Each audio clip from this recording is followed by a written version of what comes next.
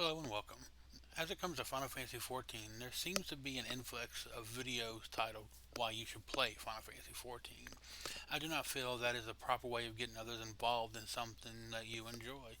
Instead, I aim to take a different route. So, as the title says, I'm asking the question to myself, why do I play Final Fantasy XIV?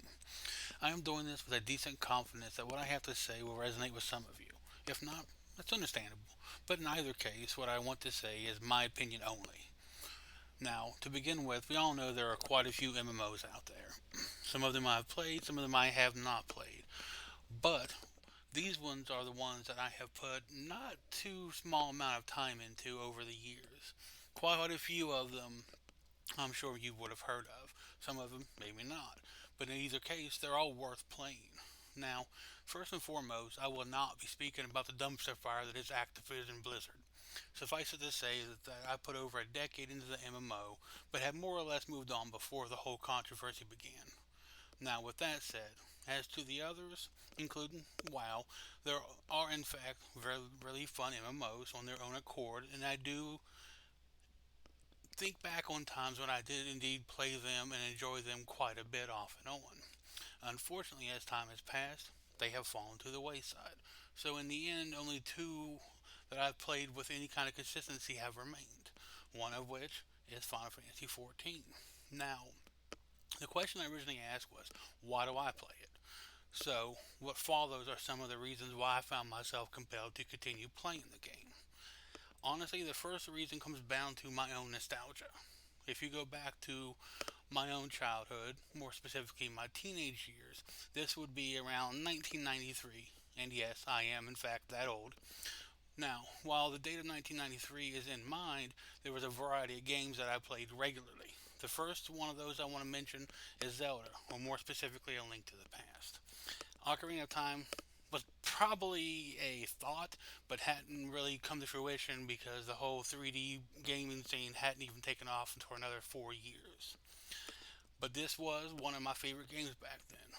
So too was the original Mega Man X. Now, yes, I did play the other Mega Man games on the NES, but this one has always been my favorite, by far. Now, it was in late 1993 that I met my fate when it comes to Final Fantasy. I got to play my very first Final Fantasy game, and no, it's probably not the one you're thinking of. It was Final Fantasy 2, or technically what you would call Final Fantasy 4 if you look at the whole series. Now, it was in middle of 1994 that I met my next Final Fantasy, which was Final Fantasy 3, or once again, for those of you in the know, technically Final Fantasy 6. This is, I'd say, my second favorite Final Fantasy game of all time.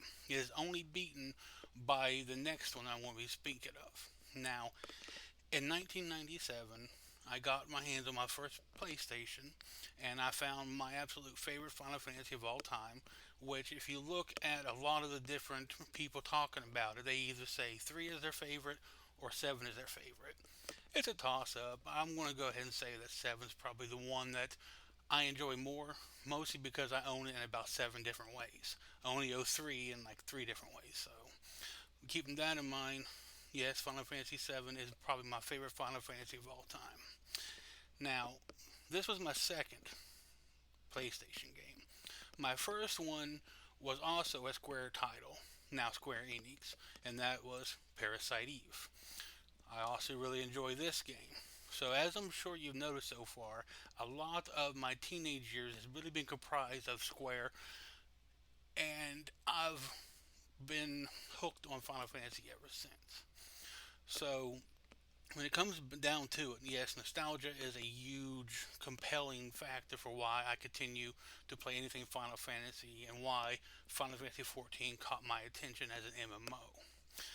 Now, the next reason is something a little bit more towards Final Fantasy and less towards what I enjoyed as a child, and that is the job system.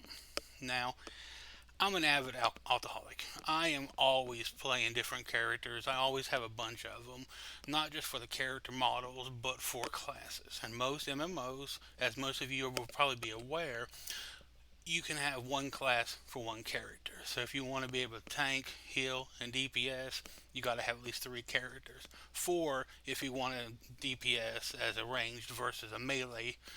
So that's where Final Fantasy XIV shines the biggest. When it comes down to it, overall, you can have a bunch of different classes. If you want to tank one instance, no problem. You can then switch and heal the next instance, or you can switch and DPS the next one.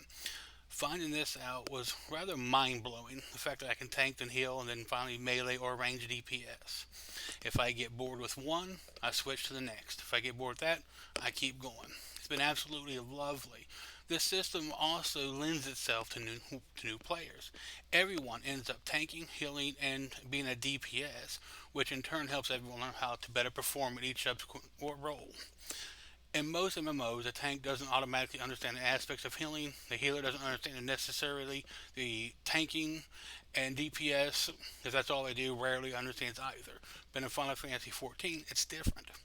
Now, that isn't always the case. Obviously, there are some people that only do one, but I've noticed over 75% of the time it is just as I said, and this makes the run so much more efficient and easy. And since everyone knows the roles, it makes it more friendly. Nobody is out to give anyone crap, nobody is out to be rude.